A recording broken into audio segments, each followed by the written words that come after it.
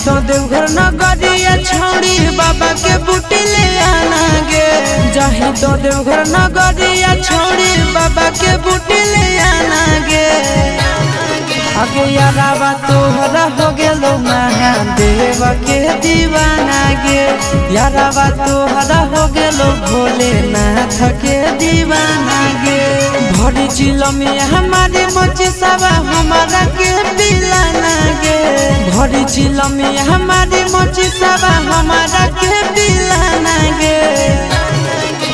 यारावा तोहरा हो गेलो महाकाल के दीवाना गे। यारावा तोहरा हो गेलो बम बम भोले के दीवाना गे।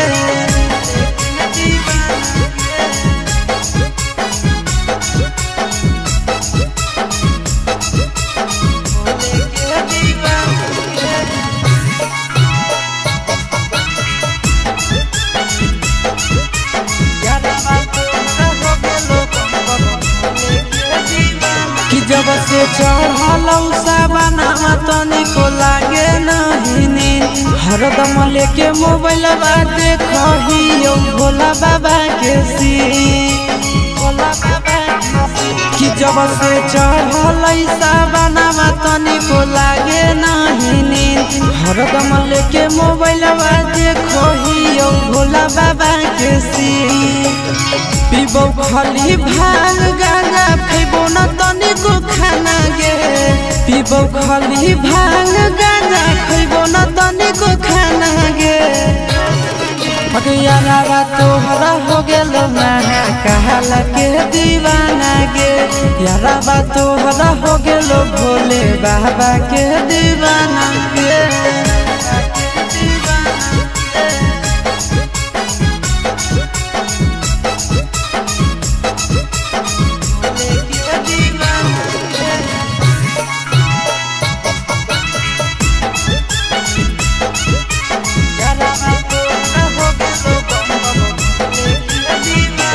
जैसे पिया हो भोला वैसे पी जैतो आशीष। आगे सूरज नंदना के बाबा बही काहे खीर। कि जैसे पिया हो भोला वैसे पी जैतो आशीष। आगे सूरज नंदना के बाबा बही काहे खीर। बाबा से कनेक्शन जुटल हकई बड़ी पुराना गे।